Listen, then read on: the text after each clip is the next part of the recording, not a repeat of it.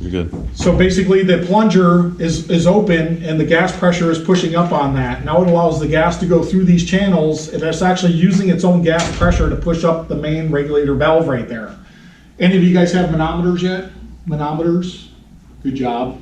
I do a lot of classes for even like companies out there, and sometimes they don't have manometers, which scares the heck out of me. So eventually you guys will all need a manometer, okay? That's the way you regulate gas pressure, test gas pressure is with a manometer.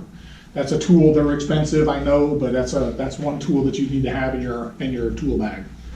We're gonna skip through some of this stuff, but you gotta know the opening curve of a gas valve. There are fast opening valves and slow opening valves. That's what they look like on opening pressure. A slow opening valve takes about 8 seconds to get from 0 to 100.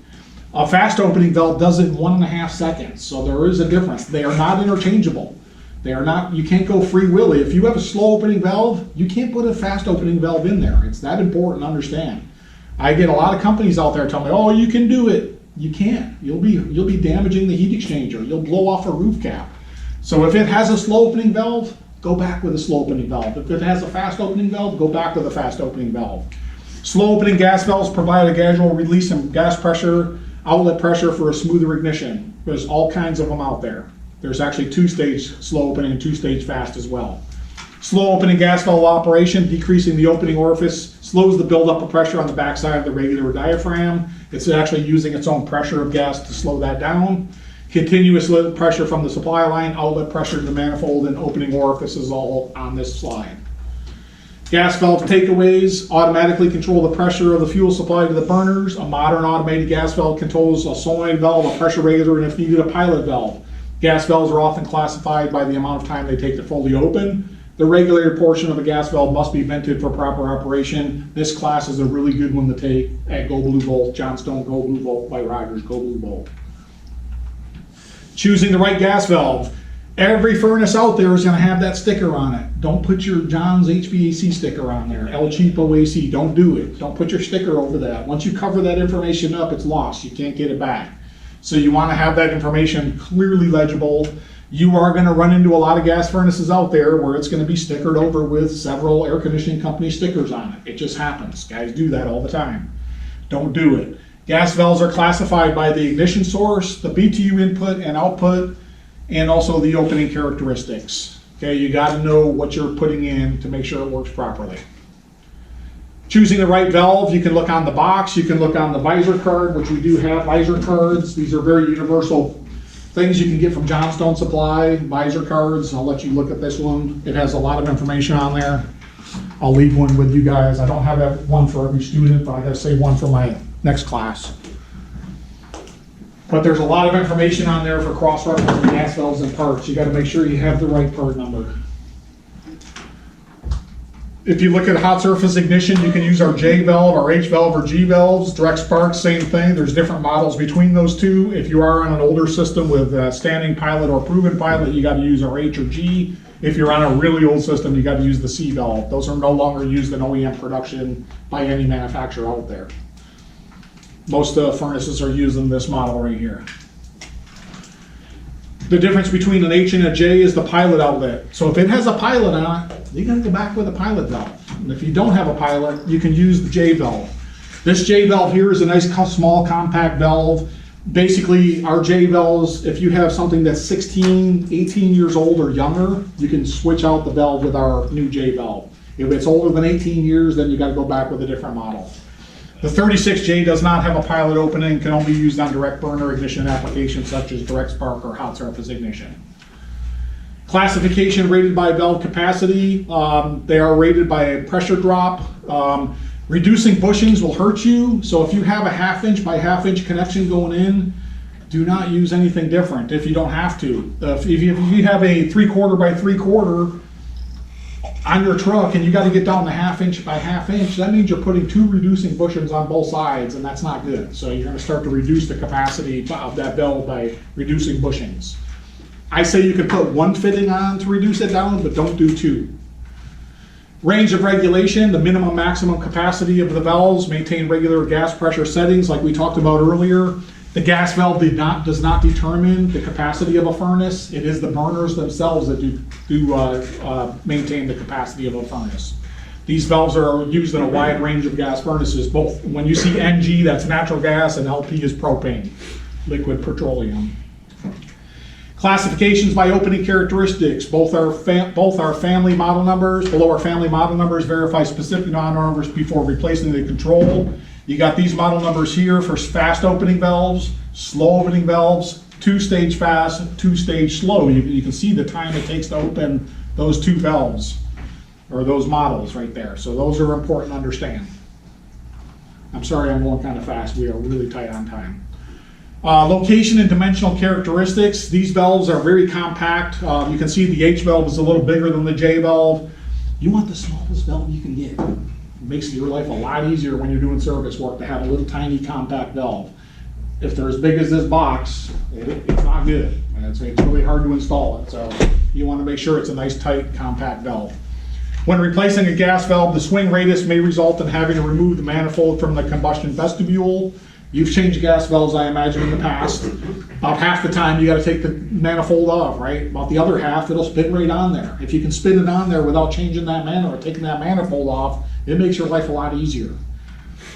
So, universal valves to keep on hand. This is really important for contractors to understand. You can see by manufacturer usage, 69% of them use these two valves right here. 47% of all manufacturers use this model, and then it's kind of a spread between these two and this model as well. So if you carry a few valves on your truck, you can cover almost anything that you run into out there. I mean, it literally 4 valves, 5 valves on your truck, you can cover so many furnaces out there and get the homeowner heating and onto the next service call. The proper replacement gas valves must meet the following requirements. Ignition source, BTU input and output, opening characteristics are all very important. You can use the WR mobile app like we talked about earlier. Please download that when you do get a chance. Replacing gas valves. Do not short out terminals on gas valves or primary controls to test. Short or incorrect wiring can cause equipment damage, property damage, and the most important thing to me, personal injury, right? I want you guys to get home safely every night to your family. That is super important. Be safe on this job, guys. I'm telling you, this stuff can really hurt you. So these companies do want you to make a lot of money for them, but they also want you to go home safely to your family. Workers' comp claims kill companies, so make sure you stay safe. This control is not intended for use in locations where it may come in direct contact with water. Suitable protection must be provided to shield the control from exposure to water, dripping, spraying rain, etc. Usually that'll happen up on a rooftop package unit when you got a lot of rain and the duct shroud is all wore out and it's getting water inside the unit, or the cabinet's rusted out. Clean the gas piping of contaminants, cutting fluid, or other chemicals which might react harmfully with the gas valve components before install. When performing service or maintenance on equipment, visually inspect the code for code violations and safety hazards and inform the equipment owner of the need for repair. However, if you guys just did the install last week, tell your owner of your company, don't go right into the homeowner. That's just a little word of advice there. Turn the power off to the gas furnace and remove the access panels. What else should that guy do before he starts thumbing around in there, sticking his fingers in there? What else should he do?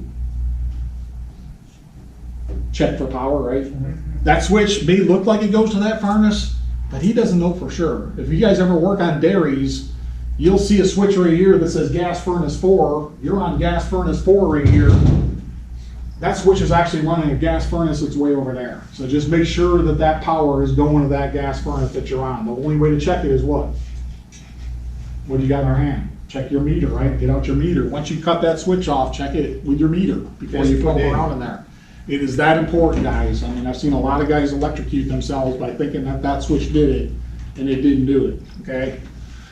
So remove the old valve from the manifold. If the equipment does not accommodate the swing radius of the gas valve, the manifold may be removed from the burner. It may have to be removed from the burners.